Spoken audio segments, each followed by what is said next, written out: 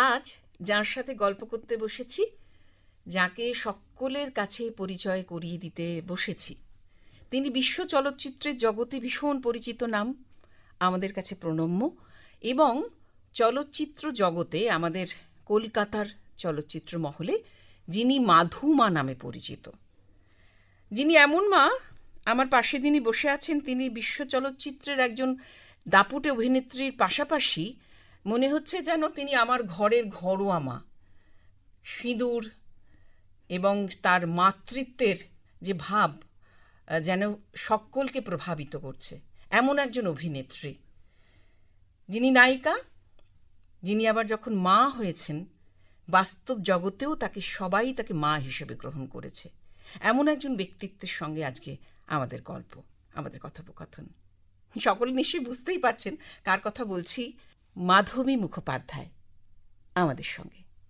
দিদি, আমি প্রথমেই যেটা বলবো যে একজন নায়িকা, একজন ঘরণী, একজন অভিনেত্রী, একজন সোশ্যাল অ্যাক্টিভিস্ট এবং বিশ্বের চলচ্চিত্রের কাছে আপনার পরিচিত মুখ, তারপরেও আপনি একজন মানুষ।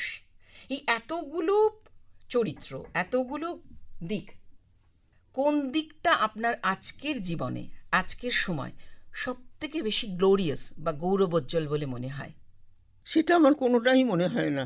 আমি শুধু সব জায়গায় থাকি, সব কিছু অনুভব করি, এটাই আমার ভালো লাগে।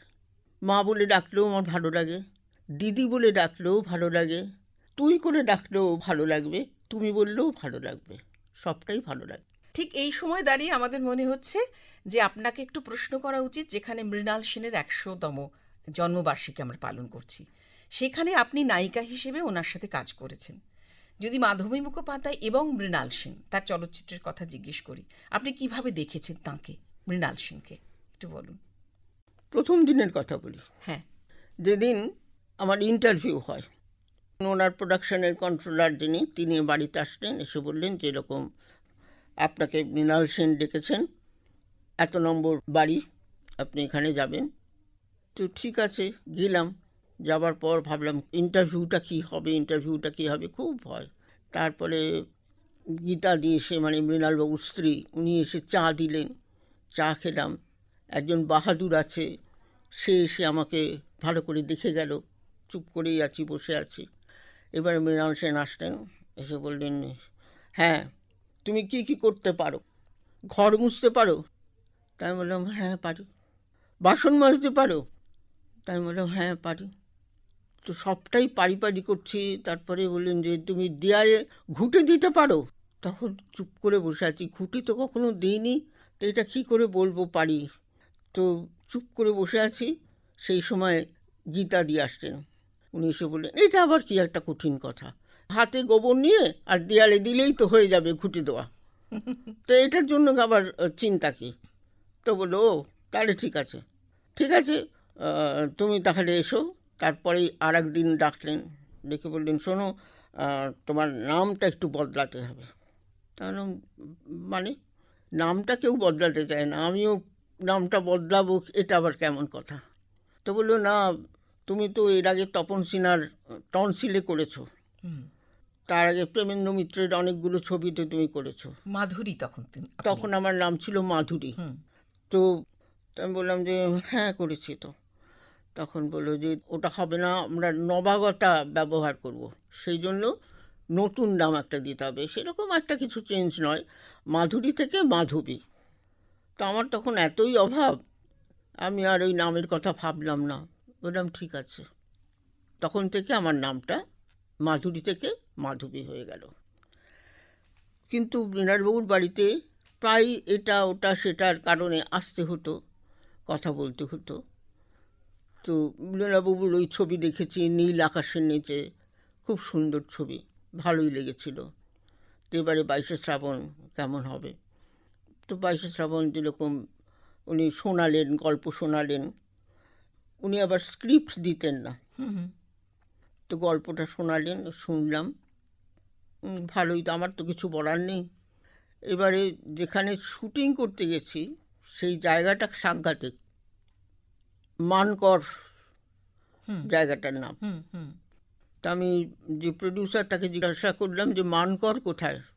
তখন বললো, কেন, রবীন্দ্রনাথ একটু পড়াশুনো করো, ওই যে আছে না, জীবন আমার নাম মানকর ধাম, সেই মানকর, মানে বর্ধমান থেকে 60 কিলো ইন্টেরিয়ারে। সেখানে একটা বাড়িও আস্ত নেই, সব বাড়ি ভাঙা। আমাদের সেরকম একটা বাড়ি হলো, সেই বাড়িটা 2 মহড়া না 3 মহড়া বাড়ি। তো বাহির জগতের যেটা, সেটা প্রোডাকশানের যারা আছে তারা থাকলো। আর তারপরে যেটা, সেটা হচ্ছে গিয়ে মৃণালবাবু, ক্যামেরাম্যানের একজন অ্যাসিস্ট্যান্ট, আর একটা ঘরে আমি আর আমার শাশুড়ির রোল যিনি করেছেন হেমাঙ্গিনী দেবী, আমরা দুজনে থাকতাম। একটা ছোট্ট ঘর, আর একটা সামনে একটা ছোট্ট বারান্দা, সেই বারান্দাটা ঘিরে দেওয়া হলো, ওইটা আমাদের স্নানের জায়গা হলো। আর ওরা গিয়ে কোথায় স্নান করতেন আমি জানি না। তো এই আমাদের থাকার জায়গা। আর সকলেই বলতো যে এখানে ভূত আছে, অমুক আছে, তমুক আছে। তা আমার ভূতের কোনো ভয় ছিল না। এদের কারুর ভূতের ভয় আছে। তো ওইখানে ওই রকমও হয়তো দুষ্টুমি করেছি, যে ক্যামেরার যে ব্ল্যাক কাপড়টা থাকে সেইটা পরে হুস হুস করে ভয় দেখিয়েছি কারুকে। তখন তো বয়স কম, তো বুদ্ধিও কম। তা এরকম করেছি, সবাই জানে যে মাধবী এরকম করে। তো এই মজা করেই কিন্তু আমরা শুটিং করেছি, সব কিছু করেছি। কিন্তু সাপের সঙ্গে সঙ্গী হয়ে সাপ পাশ দিয়ে চলে যাচ্ছে এরকম। তো মৃণালবাবু একটা জায়গায় দেখতে গেলেন যে এখানে সাপের উপদ্রব কীরকম। তখন বললো, না না, সেরকম কিছু নয়। বলার সঙ্গে সঙ্গে গাছ থেকে 2টো সাপ একসঙ্গে জোড়া পড়লো, ধূপ করে। ওরে বাবা, এইরকম আর কি সাপের উপদ্রব। মানে আমরা তো জানি না 22শে শ্রাবণ আমরা দেখি একটা মাইলস্টোন ফিল্ম, কিন্তু তার পেছনে যে এত গল্প আছে, সেই গল্পগুলো কিন্তু আমাদের এইটা শুধু না, অনেক ফিল্মের কিন্তু আপনার কাছে সেই গল্পের রসদ কিন্তু আছে। হ্যাঁ, নিশ্চয়ই। কিন্তু যেহেতু মৃণাল সেন, তার চলচ্চিত্র এবং তার ভাবনা, কিন্তু আরেকটা জিনিস আপনার কাছে একটু প্রশ্ন করতে চাইবো, সেটা হচ্ছে যে মৃণালবাবু এরকম একজন শিক্ষিত মানুষ, একাডেমিশিয়ান, তার পাশাপাশি একজন চলচ্চিত্র পরিচালক। আপনার এই যে দুটো মিশ্রণ একজন চলচ্চিত্রকারের মধ্যে, পরিচালকের মধ্যে, কখনো তার মধ্যে কলিশন মনে হয়েছে? কারণ কোনো জায়গায় সেটা ভাবনা, মৃণালবাবুর ব্যক্তিত্ব কখনোই হারিয়ে যায়নি। সব সময় তার নিজস্ব যে ব্যক্তিত্ব, নিজস্ব যে চিন্তা ভাবনা সব সময় ছিল। প্রত্যেকটা মানুষের প্রথম হচ্ছে কি খাবারের দরকার, সেটা উনি বলে দিতেন যে খাওয়া দাওয়ার দিকে কোনো কম্প্রোমাইজ নেই, খাওয়া দাওয়া যেন সকলে ভালোভাবে করতে পারে, এটা বলে দিতেন। এটা যেমন ছিল, তেমন প্রত্যেক মানুষের প্রতি আলাদা আলাদা চিন্তা ভাবনা, এইগুলো সব ছিল। উনি রসিকতাও করতেন। যেমন জ্ঞানেশবাবুকে কালো বললে জ্ঞানেশবাবু ভীষণ দুঃখ পেতেন। মৃণালবাবুও কালো ছিলেন, কিন্তু মৃণালবাবুর কোনো ওটা নিয়ে মজা করতেন কালো বলে। তো এই যে সব কিছু নিয়ে মজা করা যায়, আনন্দ করা যায়, দুঃখ পাওয়া যায়, বেদনা পাওয়া যায়, তো এই সবগুলো নিয়েই কিন্তু উনি কাজ করতেন। কলকাতা 71-এর গল্প একটু বলুন ছোট্ট করে। কলকাতা 71 ছোট্ট করে বলার কিছু নেই, যে প্রত্যেকটা আলাদা আলাদা চিন্তা ভাবনা, প্রতিটি গল্পের ভিতরে একটা দুঃখ, কষ্ট, যন্ত্রণা সব কিছু আছে, কিন্তু তার ভিতরে একটা কোথায় মুক্তি উনি খুঁজে পান। একদম, এইটাই হচ্ছে সবচেয়ে বড় কথা। এবং মৃণালবাবু নিজেও একটা আদর্শকে ভীষণভাবে বিশ্বাস করতেন, এবং সেইভাবেই কিন্তু উনি সারা জীবন চলে এসেছেন। এবং সব সময় উনি নিজের কথা যেমন ভাবতেন, তেমন ভাবতেন যে মধ্যবিত্ত ফ্যামিলির দুঃখ, কষ্ট, যন্ত্রণা, বেদনা, এই সব কিছু, এইটা নিয়েই উনি সারা জীবন ভোর ভেবেছেন। এবং কখনো ভাবেননি যে আমি খুব সুখে থাকবো, আরামে থাকবো, তার জন্য কি ছবি করতে হয়। আমি বলেছি যে মৃণালবাবু, আপনি এত রসিক একটা মানুষ, আপনি তো মজার গল্প করতে পারেন, এবং আছে উনি মজার ছবি স্ক্রিপ্ট লিখে দিয়েছেন অন্য কারুকে, তারা করেছে, কিন্তু উনি করেননি। তখন আমি বললাম, এটা কেন করেন? তখন বললো, কারণ একটাই, যে আমি একটা ছবির টাকা পাই, সেই টাকাটা দিয়ে আমি যদি ওই ছবিটা করি, তাহলে আমার যে চিন্তা ভাবনা, আমার যে বড়া, সেটা কোথায় হারিয়ে যাবে। তাই আমার বক্তব্যটাকেই আমি বেশি প্রাধান্য দিই। কন্টেম্পোরারি যে ক্রাইসিস, সেটাকে উনি এত নিখুঁতভাবে দেখতেন বলেই একদিন প্রতিদিনের মতো একটা সিনেমা হয়। ওনার হাত দিয়ে, সব। তাই না? হ্যাঁ, আর ওই যে বাচ্চাটা মারা গেল, খারিজ, খারিজ, হ্যাঁ, রাইট, হ্যাঁ, খারিজে। হ্যাঁ, হ্যাঁ, এটা আমরা আমাদের বাড়িতে লোক রাখি, তাদের আদর করি, যত্ন করি, সব কিছু করি, কিন্তু একেবারে সত্যি কথা বলতে কি তাদেরকে একদম সন্তানের মতন ভাবি। ঠিক ঠিক, খারিজ।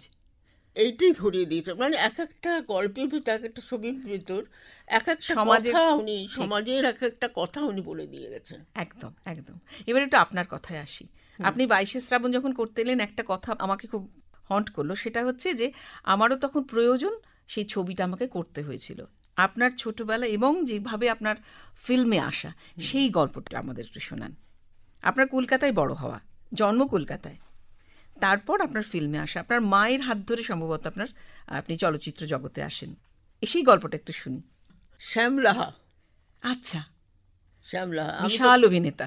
আমি তখন আত্মদর্শন বলে একটা নাটক হতো, সেই নাটকে অভিনয় করতাম বাচ্চার রোলই, আর শ্যামলাহা করতেন আমার বাবার রোল। আচ্ছা। তো উনি একদিন আমাকে বললেন যে আমার সঙ্গে একটা জায়গায় যাবি মাধু। ওরা আর পুরো নাম বলতো না, মাধুই বলতো। তা বললাম হ্যাঁ, কোথায়? তো বললো কোথায় টোথায় আমি বলবো না, আমার সঙ্গে যাবি, একটা ভালো জামা পরে আসবি। তো আমি একটা ভালো জামা পরে, আমার যা ভালো জামা আছে সেই জামা পরে গেলাম। সেটা হচ্ছে গিয়ে কি জানো স্টুডিওটার নাম, দক্ষিণেশ্বরের কাছে। তো সেখানে গেলাম, তো উনি দেখলেন, তারপরে উনি বললেন যে একটা সুন্দর জামা পরে এসছে, তো ও তো ছেঁড়া জামা পরতে হবে। আচ্ছা। তখন আর একজন মেয়েও ছিল আমার বয়সী, সেটা হচ্ছে কি শেফালিকা পুতুল, নাম জানেন তো, শুনেছেন? উনি খুব স্টেজে খুব বড় অ্যাক্ট্রেস ছিলেন। আর সত্যজিৎ রায়ের ওই ছবিটা করেছিলাম না প্রথম, মহানগর, মহানগরে আরতি আপনি আমার শাশুড়ির রোল যিনি করেছিলেন। আচ্ছা আচ্ছা। ওনার নাম হচ্ছে শেফালিকা পুতুল। আচ্ছা। ওনার দুই মেয়ে ছিল, এক মেয়ে বড়, তিনি নন, ছোট মেয়ে যে, তার নাম হচ্ছে হাসি, সে একটা রোল ছিল, আমি একটা রোল ছিলাম। তো প্রেমবাবু ওই রোলটা চেঞ্জ করে দিলেন, উনি বোধহয় ওই রোলটা দেখিয়েছিলেন, তা আমাকে তখন ওই রোলটা দিলেন, ওই হাসির রোলটা। আমি হাসির রোলটা করলাম, আর হাসি আমার যে রোলটা ছিল সেটাও করলো। আর একজন ডান্সার ছিলেন, তার ছেলে, সে আর একটা মানে ভাইয়ের রোল করলো। তাহলে আমি হয়ে গেলাম মামার বাড়িতে থাকা একটি মেয়ে। বেশ। আর মামাতো বোন আর মামাতো ভাই হচ্ছে গোড়া দুজন।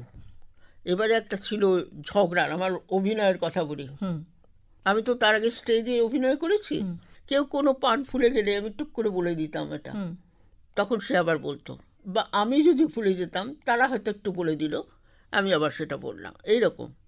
কিন্তু এখানে তো মাইক্রোফোন রয়েছে, তো যখন ওরা ভুলে যেত আমি বলে দিতাম, প্রম্পট করে দিতাম। আর তখন প্রেমবাবু বলতেন কাট কাট কাট, আবার হলো 2বার 3বার 4বারের পর তখন আমাকে ডাকলেন, শোনো এখানে শোনো, তুমি তো থিয়েটার করো, সেই জন্য আস্তে করলেও তোমারটা শোনা যায় না, দর্শকরা শুনতে পায় না, কিন্তু এখানে দেখো ওপরে কী আছে, এটা আমি একটা ডান্ডা দেওয়া, তার মাথার ওপরে কী যেন একটা মুন্ডু। তখন বললো হ্যাঁ ওটাকে বলে বোম, বুম বলে ওটাকে। তখন আমি বললাম ও আচ্ছা, ওইটা দিয়ে সব রেকর্ডিং হয়ে যায়, তুমি যেটা বলছো সেটাও রেকর্ডিং হয়ে যাবে, তাহলে কী করবে, তুমি আর বলবে না তো, দরকার হলে আমি কেটে দেবো, আবার নেব, তুমি আর বলো না। কিন্তু তখন আপনার কত বয়স? তখন ওই রকম 5-6 বছর বয়স। আচ্ছা, তার আগে আপনি স্টেজ করতে করতে তারপরে প্রথম চলচ্চিত্রের আপনার প্রেমেন্দ্র মিত্রের কোনো সিনেমা, সাহসিকাতে। আচ্ছা আচ্ছা। না, পরে বোধহয় নাম হয়েছিল ওটা 2 বিয়াই। আচ্ছা আচ্ছা। সাহসিকা নাম ছিল, মানে আপনি তখন চাইল্ড আর্টিস্ট? হ্যাঁ, চাইল্ড আর্টিস্ট। আচ্ছা আচ্ছা। তারপর ওনার আরও করেছি, সেতু বলে একটা ছবিতে করেছি, আর একটাও কি যেন করেছি। আচ্ছা, এই 5-6 বছরের পরে আপনার চলচ্চিত্র কি চলতেই থাকলো? তখন ছোট ছোট রোল এরকম করতাম। আচ্ছা, আর স্কুলে পড়াশোনাও চলছে? হ্যাঁ হ্যাঁ। আচ্ছা, কোথায় পড়েছেন? কলকাতা কোন স্কুলে? ওই জন্যই তো কাঁচকলা হয়েছে। হরনাথ, এই যে বলছি, হরনাথ পাঠশালা, বিদ্যে হবে কাঁচকলা, এটা আগেই বলে দিয়েছে। আচ্ছা। তো সেই জন্য হয়নি, কাঁচকলাই হয়েছে। বেশ, সেই কাঁচকলাটা হয়নি দিদি, সেই জন্যই আপনি বিশ্বের দরবারে মাধবী মুখোপাধ্যায় সবাই চেনেন। আর অনেকে আছেন হয়তো অনেক ভালো স্কুলে পড়েছেন, তাদের কিন্তু হয়তো চেনেন না, না সেটা তো আমরা সবাই মেনে নিচ্ছি। কিন্তু সেই পড়াশুনো এবং আপনার চলচ্চিত্রে অভিনয় চলতে থাকছে। এরপর সেই সেই জার্নিটা বলুন, আস্তে আস্তে আস্তে কোথায় গিয়ে আপনি ব্রেকটা পেলেন? ব্রেক কোথায় পেলাম, আজও পেয়েছি কিনা তো জানি না, আমি তো চড়েই উঠে চলছি। আচ্ছা, আহা, কি চলছি। অসাধারণ, কি অসাধারণ কথা। কিন্তু এই যে চলতে চলতে কোন বয়সে আপনার মনে হলো যে আপনি বড় হলেন এবং বড় একটা নায়িকার রোল পেলেন? সেইটা কোন এসব চলচ্চিত্র? কিছু বুঝিনি ভাই, আচ্ছা, সত্যি কথা বলছি, এসব কিছু বুঝিনি। আমি শুধু কাজ করে গেছি, যেটা দিয়েছি সেটা নিখুঁতভাবে করবার চেষ্টা করে গেছি। ঠিক কোন আজও বয়সে তাই। সত্যজিৎ রায়ের সঙ্গে দেখা হলো আপনার এবং সেই চলচ্চিত্র করলেন মহানগর, সেটা একটু বলুন তাহলে। আমি বলছি, আমি মৃণাল সেনের ছবি করলাম তো, হ্যাঁ, 22শে শ্রাবণ। শ্রাবণ। 22শে শ্রাবণের পর ঋত্বিক ঘটকের ছবি, হ্যাঁ, ঋত্বিক ঘটকের ছবির পর তারপরে মানে এরকম অজানা সব পরিচালকদের ছবি করেছি। সেই সময় সত্যজিৎ বাবুর কাছ থেকে একজন আসলেন প্রোডাকশন ম্যানেজার, এসে বললেন যে তোমাকে সত্যজিৎ বাবু ডেকেছেন, তুমি এরকম ইয়ে যাও, এবং অ্যাড্রেস দিয়ে দিলেন, কত না 3 নম্বর লেক টেম্পল রোড, মনে আছে। বললাম ঠিক আছে, কোথায় একটু ডিরেকশন বলে দিল, এরকম এরকম। বললাম আচ্ছা। ওরা চলে যাওয়ার পর আমি মাকে বলেছিলাম, মা আমি যাব না, তার কারণ আমাকে দেখে পছন্দ হবার মতন কিছু নেই, আমি একটা অসাধারণ কিছু নেই, পছন্দ হবার কিছু নেই। কিন্তু এইখান থেকে আমরা নর্থ ক্যালকাটায় থাকি, সেখান থেকে আর সাউথে যাব, অনেক ট্যাক্সি ভাড়া উঠবে। কোথায় থাকতেন দিদি? হ্যাঁ? নর্থ ক্যালকাটায় কোথায় থাকতেন? কাশীমিত্র ঘাট স্ট্রিট, আচ্ছা, বাগবাজারের কাছাকাছি কাশীমিত্র ঘাট। কাশীমিত্র ঘাটে, আচ্ছা। তো সেখান থেকে অনেক টাকা লাগবে ট্যাক্সি ভাড়া। তা আমি বললাম যে দরকার নেই। কিছুক্ষণ পরেই দেখলাম ওরা ঘুরে আসলো, ঘুরে এসে বললো আপনারা ট্যাক্সি ভাড়াটা রাখুন। তখন খুব লজ্জায় পড়ে গেলাম। আমি বললো না না না, ঠিক যাব, চলে যাব। তো আপনি তো অ্যাড্রেস দিলেন, আমরা চলে যাব। তখন বললো না না, ট্যাক্সি ভাড়াটা রাখলো, এবং জোর করে তখন ট্যাক্সি ভাড়াটা দিয়ে গেল ওরা। তখন তো আর না যাওয়ার কোনো প্রশ্নই ওঠে না। তা বললাম যাই, ঠিক আছে, আমি সত্যজিৎ রায়কে দেখেই আসবো, এটা তো হবে। গেলাম, তো ওখানে ওরা চা দিলেন, চানাচুর দিলেন, চানাচুর একটু খেলাম, চাও খেলাম। তারপরে বললেন যে ঠিক আছে, তাহলে আমি আউটডোরে যাচ্ছি, ফিরে এসে খবর দেবো। তো আমি ধরেই নিয়েছি খবর দেবো কথাটা হচ্ছে কি, আমরা পাত্রপাত্রী দেখার সময়ও বলি, খবর দেবে, ঠিক আছে। নমস্কার করে চলে আসলাম। কিন্তু তারপর এখানে কিন্তু একটু অন্যরকম হলো, আবার উনি ফিরে এসে আবার ডেকে পাঠালেন। গেলাম, কেন রাখলেন বুঝতে পারলাম না।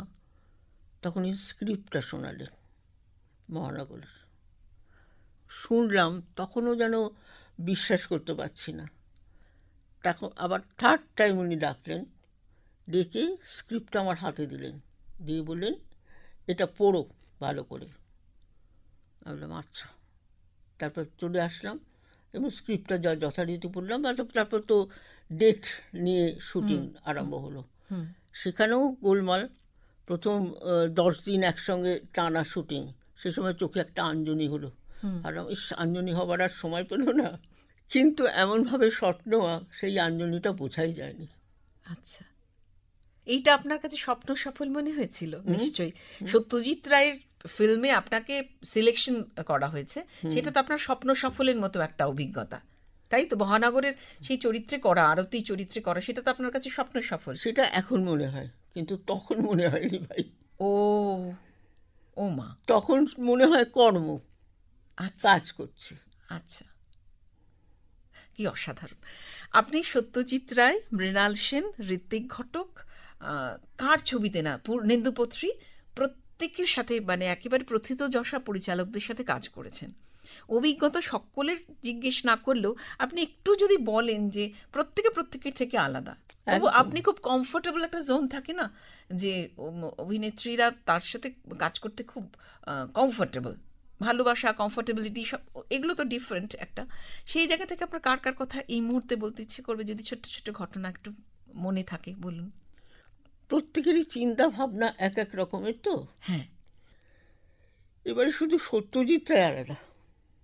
আচ্ছা, সত্যজিৎ রায়ের সব কিছু একটা ডাল খেরো খাতা বলে, তার ভিতরে সব কিছু লেখা থাকে। এরকমভাবে লিখে পাশে যদি ক্লোজ থাকে, এখানে ক্লোজের একটা ছবি, আর যদি কম্পোজিট থাকে তাহলে কম্পোজিটের ছবি, এরকম পাশে পাশে থাকে, আর এইখানে লেখাটা থাকে এরকমভাবে। আর বাদবাকি সকলের লেখাগুলো এরকম এরকম থাকে।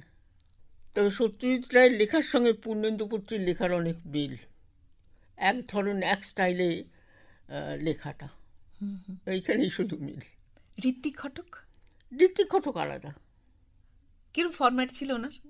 কিরম ফরম্যাটে করতেন উনি? উনি প্রথমে যেটা করতেন সেটা হচ্ছে গিয়ে, যে আর্টিস্ট থাক তার যে কনফিডেন্স সেটাকে লুজ করে দেবে, ক্র্যাশ করে দেবে। দেবার পর উনি আরোপ করবেন ওনার যে পার্সোনালিটি, ওনার যেটা আছে সেটা উনি আরোপ করবেন, করো এভাবে। আচ্ছা, এক একজন এক এক রকম।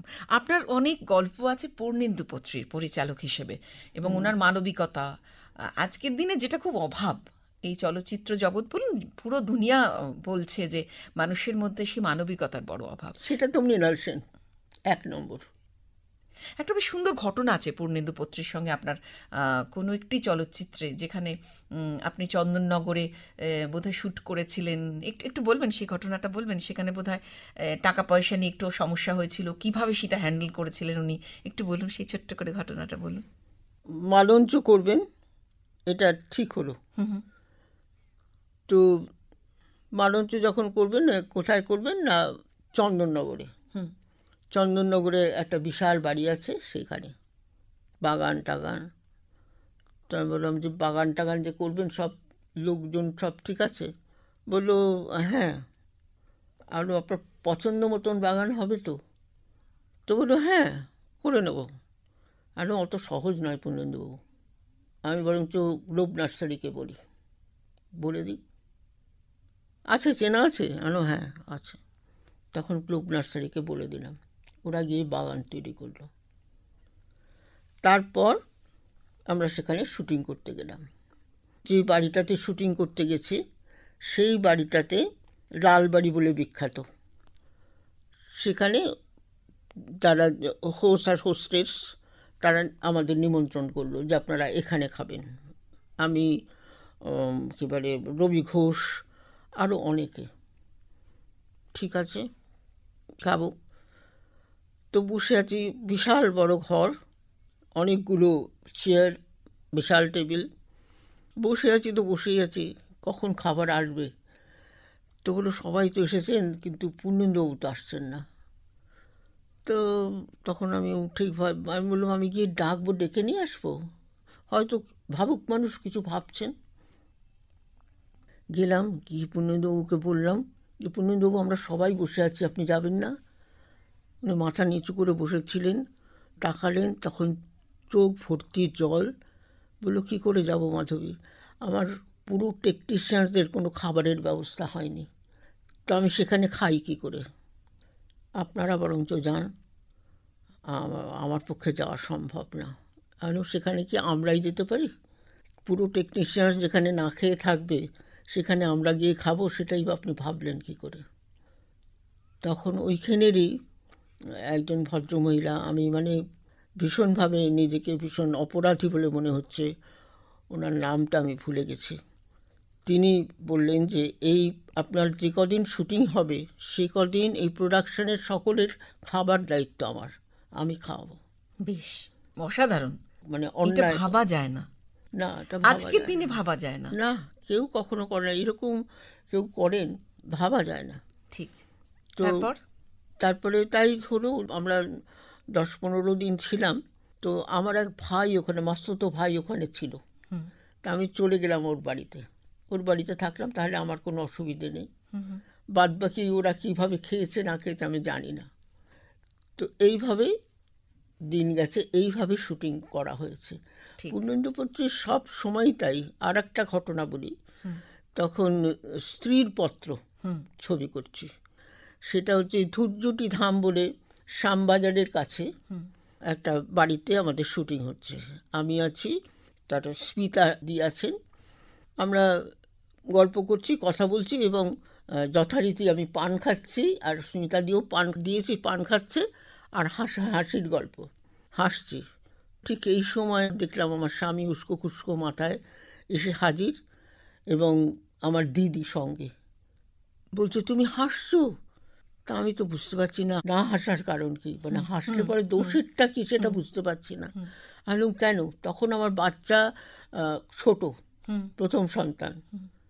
আমি তখন বলছি, কেন, মিমির কিছু হয়েছে? তখন বললো, না, ও ভালো আছে, কিন্তু তোমার কি হয়েছে? বললো, আমার কি হয়েছে আমি তো বুঝতে পারছি না, আমি হাসছি বলে। তারপরে পূর্ণেন্দু বলছেন, কী হয়েছে নির্মল? বললো, তোমার এখান থেকে ইয়ে গেছে, টেলিফোন গেছে আমার বাড়িতে, বলেছে মাধবীর সাংঘাতিকভাবে হার্ট অ্যাটাক করেছে। কি কাণ্ড! তখন বললো যে, দেখো নির্মল, তুমি আমার কণ্ঠ ছাড়া আর কারুর কণ্ঠ বিশ্বাস করো না, এখানে অনেক রকম কিছুই হচ্ছে, আমি সব কিছুই পেরিয়ে পেরিয়ে যাচ্ছি, দেখা যাক পেরিয়ে আমি কত দূর যেতে পারি। যখন নির্মলবাবুর কথা উঠলো, নাম যখন বললেনি, তখন আমার জিজ্ঞেস করতে ইচ্ছে করছে, এই যে মুখার্জি থেকে চক্রবর্তী, এই ঘটনাটা একটু বলুন, কখন হলো, কিভাবে হলো? উনি খুব কেয়ারিং ছিলেন, এটা তো বোঝাই যাচ্ছে, মানে আপনাকে ওই শুনে উনি একদম আপনার দিদিকে নিয়ে সঙ্গে চলে এসছেন। এই জায়গায় ভালোবাসার কোনো ঘাটতি নেই, কিন্তু সেই ভালোবাসার সূত্রপাতটা কবে হলো, কিভাবে হলো, একটু বলুন। সেটা সেরকমভাবে কিছু নয় ভাই। আচ্ছা। তার কারণ হচ্ছে গিয়ে একই প্রফেশনে থাকতে থাকতে যেটা হয়েছিল হয়তো। না, সেরকমও নয়। আচ্ছা। যেটা হয়েছিল সেটা হচ্ছে গিয়ে, তখন আমার মা পাত্র খুঁজছিলেন, পাত্র দেখছিলেন। তো সেই পাত্র দেখার জন্য প্রতি রবিবার আমার মামা বাড়িতে যেতে হতো, মামা বাড়িতে যেতে হতো, এবং প্রতি রবিবার সেখানে সেজেগুজে বসে থাকতে হতো, এবং তারা এসে নানান রকম প্রশ্ন করতো, এবং তারপরে তারা ওইটাও বলতো যে, আপনি ওই ছবিটা করেছিলেন কেন? ওই ছবিটা না করলেই পারতেন। সেটা কোন ছবি বলে তো? কোনটা? শঙ্খবেলা? একদম। বলে ওই ছবিটা না করলেই পারতেন। এটা তো ম্যাক্সিমাম পাত্ররা এই কথা বলেছে। তো এইরকম, যাই হোক, তা আমি তো করেছি আমার কাজের জন্য, আমি কাজ ছাড়া অন্য কথা তো ভাবিনি। তো যাই হোক, এরকমভাবেই, আর আমার আস্তে আস্তে কীরকম বিরক্ত হয়ে গেল। আর আমার ভাইদের সঙ্গে খুব ভালো রিলেশন, ভাই মানে আপন ভাই নয়, মাস্ততো পিস্ততো ভাই, কিন্তু আমরা সব বন্ধুর মতো। তো সেখানে তারা বলতো, কি এটা পছন্দ? যদি পছন্দ হয় হ্যাঁ বলবো, আর না বললে তুলে নিয়ে চলে যাব তোমাকে, তোমার চিন্তা নেই। তো এইরকমই একটা সম্পর্ক।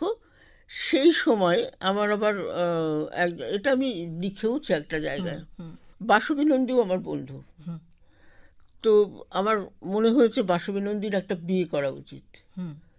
তো কী কারণে যেন, একটা নাটকের ব্যাপারেই নির্মল কুমারের সঙ্গে আমার পরিচয়, যে একটা নাটক করব, নির্মল কুমার, আমি আর দিলীপ মুখার্জি। তো সেইটার ব্যাপারেই উনি ফোন করেছিলেন। আমি বললাম যে, একটা কথা বলবো, আপনি এরকম ইয়েকে বিয়ে করবেন, বাসবী নন্দীকে? তখন বললো যে, না, আমি একটু ভেবে বলছি। তারপরে ভেবে বললেন যে, আপনি যদি বিয়ে করেন তাহলে আমি রাজি আছি।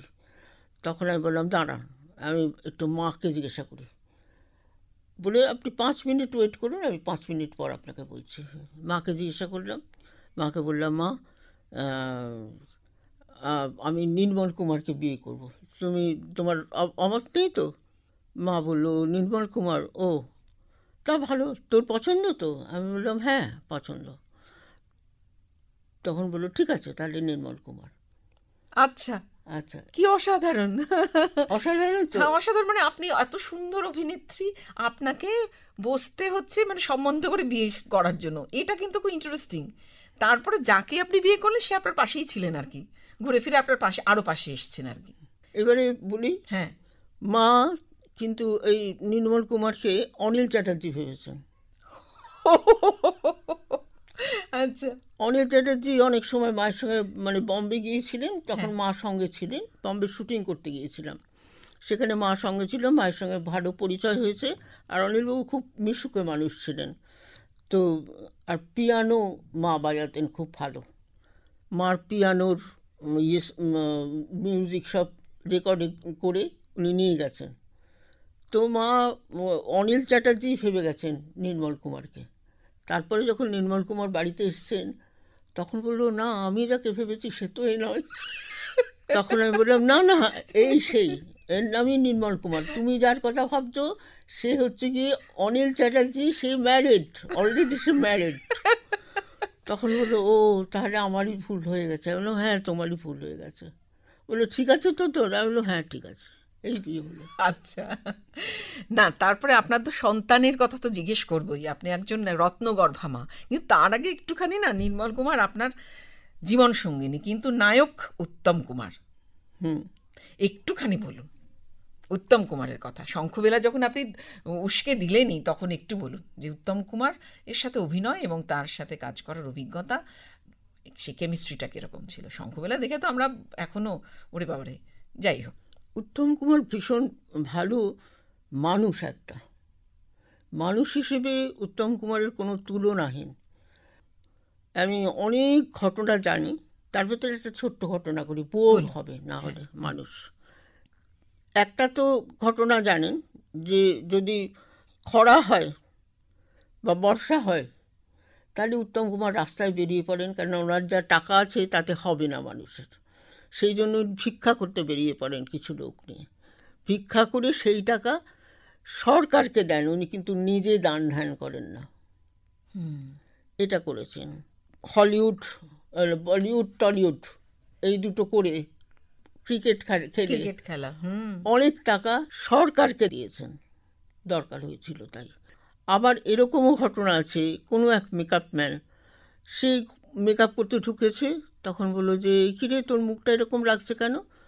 বললো, না দাদা কিছু না, ঠিক আছে। বললো, ঠিক যে নেই সেটা তো বুঝতে পারছি, তুই বুঝিস না আমি এই জিনিসই করি, সেটা করি ক্যামেরার সামনে, তুই ক্যামেরার সামনে করিস নি, এইখানে করছিস আমার সামনে, আমি তো বুঝতে পারছি, কি হয়েছে তোর? তখন বললো যে দাদা সব টাকাই জোগাড় করেছি, আমার মেয়ের বিয়ে সব টাকাই জোগাড় করেছি, এটা অনেক দিন আগের ঘটনা বলছি, কিন্তু 5,000 টাকা জোগাড় করতে পারিনি, ওটা পণ দিতে হবে। তখন বললো, সবই যখন করে ফেলেছিস তখন ওই 5,000 টাকাও তোর হয়ে যাবে, দেখিস। কি করে হবে দাদা, আর আমি পাচ্ছি না, সব জায়গায় ধার দেনা যা করার সব করে ফেলেছিস। বললো, ওটাও হয়ে যাবে দেখিস, ভাবিস না, কর মেকআপ কর। প্রায় 1 মাস 1.5 মাস পরে ওর মেয়ের বিয়ে। সেই 1.5 মাস পরে অন্য লোককে ধরে তার বাড়িতে গিয়ে ওই 5,000 টাকা উত্তম কুমার দিয়ে এসেছেন। একটা গল্প বললাম, এরকম অনেক গল্প, হাজার গল্প আছে। মানে আগেকার শিল্পীদের মধ্যে এই জিনিসগুলো ছিল। যেমন প্রথম একটা সংসদ করেছিলেন ছবি বিশ্বাস, জহর গাঙ্গুলি ইত্যাদি আরও অনেকে, সকলে মিলিতভাবে একটা অভিনেত্রী সঙ্গ করেছিলেন। তারপর সেটা সেরকম কিছু হলো না। পরবর্তীকালে উত্তম কুমার করলেন শিল্পী সংসদ। সেই শিল্পী সংসদ কিন্তু যখন উনি বেঁচে ছিলেন তখনও সাহায্য করেছিলেন অনেক মানুষকে। এখন এই রেডিও স্টেশনে বসে আমি অতগুলো নাম মনে করতে পারবো না। আমার বাড়িতে যদি যান কোনো দিন, তাহলে লেখা আছে কাকে কাকে সাহায্য করেছিলেন, কাকে করেননি। আচ্ছা, সেই লিস্টটা খুঁজে পেলেও এখন আমরা অতগুলো দিতে পারবো না। সেই সময় যতদিন আমি শিল্পী সংসদ হয়েছে তবে থেকে আজ পর্যন্ত শিল্পী সংসদ কিন্তু এখনও দুস্থ শিল্পীদের সাহায্য করে যাচ্ছেন। এটা কিন্তু উত্তম কুমার চলে যাবার পর এখনও উত্তম কুমারের জন্মদিন হয়, মৃত্যুদিন হয়, পালন করা হয়। আপনারা কি পালন করেন? যদি করেন তাহলে ভালো লাগবে। আমরা করি, অবশ্যই করি। বন্ধু উত্তম কুমারকে কিভাবে পেয়েছেন? বন্ধু বললে ভুল বলা হবে, বলবো দাদার মতন কিংবা আমার ভাসুরের মতন। আচ্ছা, আপনি তো নিজে দেখেছেন যে ওনার যে ক্রেজ ছিল, মানে ফিমেল ফ্যান্স মানে একদম সাংঘাতিক, সেইখানে উনি ভেসে গেছেন, মানে উনি নিজেকে ঠিক রেখেছেন, কিন্তু আশেপাশের সেই চিত্র আপনার কাছে খুব পরিষ্কার দেখেছি। সেই জায়গা থেকে আপনি যখন তাকে নায়ক হিসেবে পাচ্ছেন, সেইটা একটুখানি বলুন। তখন তো আপনার নিজেকে মারাত্মক একটা। আচ্ছা, একটাই কথা বলছি, আমি ছোটবেলা থেকে তো অভিনয় করছি। হ্যাঁ, সেই জন্য আমার দুটো জায়গা আলাদা। আচ্ছা, একটা হচ্ছে অভিনয়, আর একটা হচ্ছে জীবন, এই দুটোকে আমি এক করিনি। 100 বার। আসি আপনার মেয়েদের কথায়। আপনি রত্ন গর্ভা মা, আপনার যে ব্যস্ততার জীবন, সেখান থেকে 2 মেয়েকে এইভাবে মানুষ করা এত সহজ নয়। আপনার শিল্পী সত্তা, আপনার চলচ্চিত্রের নায়িকা আপনি তখন, এবং তার সাথে সাথে আপনার ব্যস্ততার জীবন, তার মধ্যে থেকেই 2 মেয়েকে এত সুন্দর করে প্রতিষ্ঠিত করা, এবং তারা কিন্তু কেউ চলচ্চিত্রে আসেনি, সেইটা একটা প্রশ্ন। আর একটা হচ্ছে কীভাবে মানুষ করলেন সেই দিনগুলো, একটুখানি যদি একটু ফিরে দেখা যায়। কষ্ট হয়েছে, আবার আনন্দও হয়েছে, দুটো একসঙ্গে। এই অনুভূতিগুলো ঠিক বোঝানো যায় না।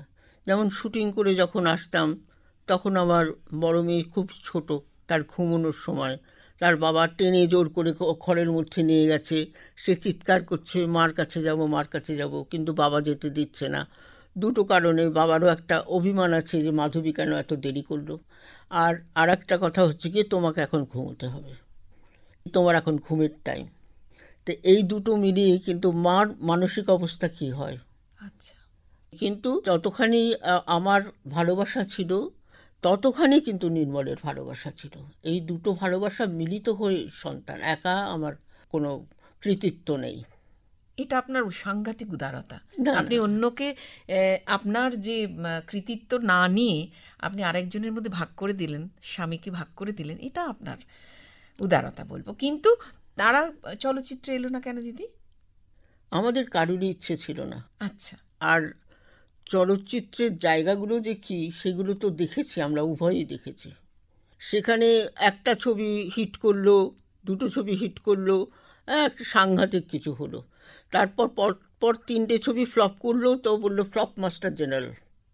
লাভ তো নেই কিছু, কিন্তু এমন একটা জায়গায় কাজ করুক যেখানে ফ্লপ বলে কোনো কথা নেই। স্টেবিলিটি, স্টেবিলিটি, আনসার্টেনটিটা আপনি দেখেছেন জীবনে, সেই জন্য সেই জায়গা থেকে সম্ভবত দূরে রেখেছেন, বা এটা একটা ডেস্টিনি বলা যেতে পারে। হ্যাঁ। আর মানে যেটা আমাদের জীবনে, আমার জীবনে হয়নি, আমি তো সেটাই চেয়েছিলাম না। সব মায়েরাই চায় যে মা যেটা সাকসেসফুল হয়নি, সেই জায়গাটা সন্তান যাক। আমিও তো সাকসেসফুল হইনি, আমার নানান কারণের জন্য ওই দিকটা যেতে পারিনি, পড়াশুনো করতে পারিনি, এইখানে আমাকে আসতে হয়েছে, থাকতে হয়েছে। কি করছে তারা এখন একটু বলুন। কারা? মিমি বড় মেয়ে বড় কলেজে মেয়ে আমার পড়ায়। প্রফেসর, ছোট মেয়েও আমার কি বলে Teacher. School teacher. হ্যাঁ, তো দুজনেই কিন্তু সাকসেসফুল। অবশ্যই অবশ্যই। এটা করা এত সহজ না। মা যত ব্যস্ত থাকুক না কেন, মায়ের প্রাণ, এবং সেখান থেকে সেই প্রাণটা নিয়েই সে অভিনয়টা করা। আপনি যেখানে কাজে যাচ্ছেন তখন তো আপনাকে এইটাকে অফ করতে হয়েছে, তখন মেয়েদের মুখগুলো ভেসে আসছে, অথচ সেইটাকে অফ করে আপনি সেই কাজটা করছেন। এইটাকে ব্যালেন্স করে আজকে মাধবী মুখোপাধ্যায়। প্রত্যেকের জীবনে না একটা জিনিস দরকার, একটু দুঃখ দরকার। দুঃখ যদি না থাকে তাহলে সে এগোতে পারবে না।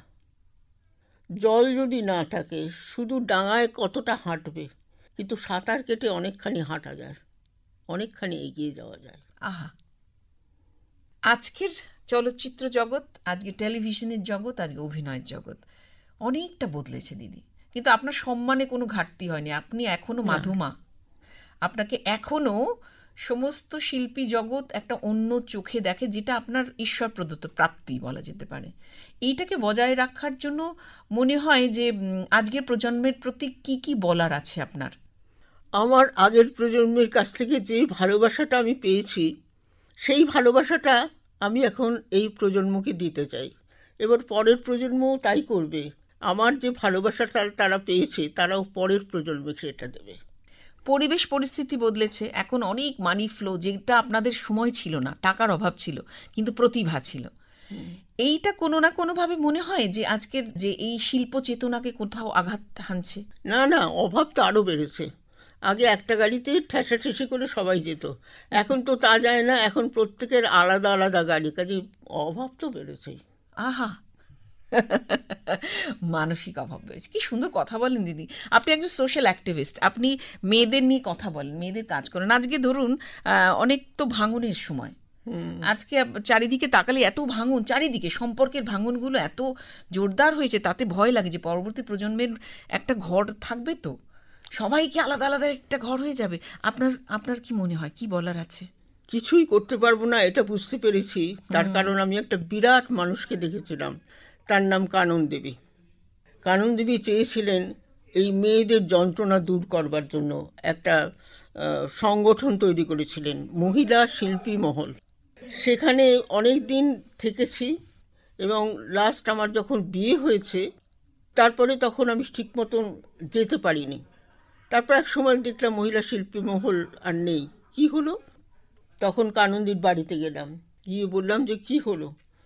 তখন বলল যে যেটা নিজের হাতে গড়েছিলাম মাধু, সেইটি ভেঙে দিয়ে চলে আসলাম। উনি কেঁদে ফেললেন, চোখ দিয়ে জল পড়ল। আমি আর নামগুলো কারোর বলবো না, কে কে করলো নাম বলবো না। সেই মানুষগুলো বড় জোরদার হয়, কালের হাওয়া বদলায়। তো সেই সংগঠনটাকে ভেঙে গুড়িয়ে দিল, বললো আমি সব ইয়ে করে দিলাম। ওই যে টাকাটা ছিল কোথাও টিউবওয়েল করে দিলাম, কোথাও কুয়ো করে দিলাম, কোথাও কি কি করে দিয়েছেন এই সমস্ত। উনি অনেক হসপিটালের বেড করে দিয়েছেন, জানেন তো, অনেক হসপিটালে।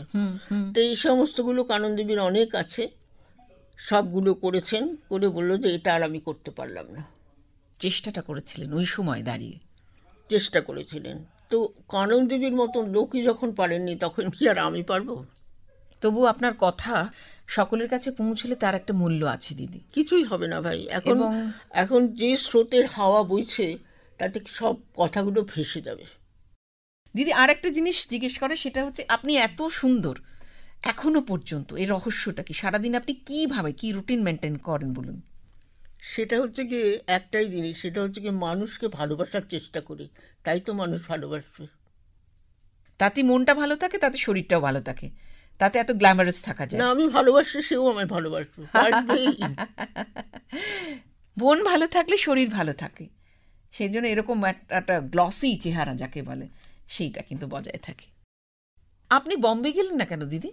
ওই যে মৃণাল সেন একটা আদর্শ দেখিয়ে দিয়েছেন যে আদর্শচ্যুত হয়েও না। সেখানে আমি আমার এই বাংলা ছবির, বাংলা ফিল্ম ইন্ডাস্ট্রিতে যতখানি যা পেয়েছি তাদের কাছে আমি এত কৃতজ্ঞ যে আমার অন্য জায়গায় যাওয়ার ইচ্ছে হয়নি। আজকে অভিনয়ের সুযোগ এলে আপনি কি আবার ফ্লোরে গিয়ে দাঁড়াবেন, মাধবী মুখোপাধ্যায় দাঁড়াবেন? কোথায়? এখন বাংলা ছবি? হ্যাঁ হ্যাঁ, কেন করব না? যতদিন জ্ঞান আছে ততদিন করব, যেদিন জ্ঞান থাকবে না সেদিন আলাদা কথা। না, আজকে যার সঙ্গে কথা বললাম তার কিন্তু বয়স বাড়ে না, তার সৌন্দর্যে এতটুকুও কমতি হয় না। অসাধারণ সুন্দরী একজন মহিলা, গায়ের রং থেকে শুরু করে তার ব্যক্তিত্বে। তিনি মাধবী মুখোপাধ্যায়। আজকে কতটুকু ধরতে পারলাম বলতে পারবো না, কিন্তু অন্য এক মাধবী মুখোপাধ্যায়কে দেখার চেষ্টা করলাম, এটুকু বলা যেতে পারে। হয়তো অনেকটা না জানা কথা জানলাম, যেটা আমার জানা নয়, হয়তো যারা শুনছেন তাদেরও জানা নয়। তবুও অনেক কথা হয়তো অজানা রইল।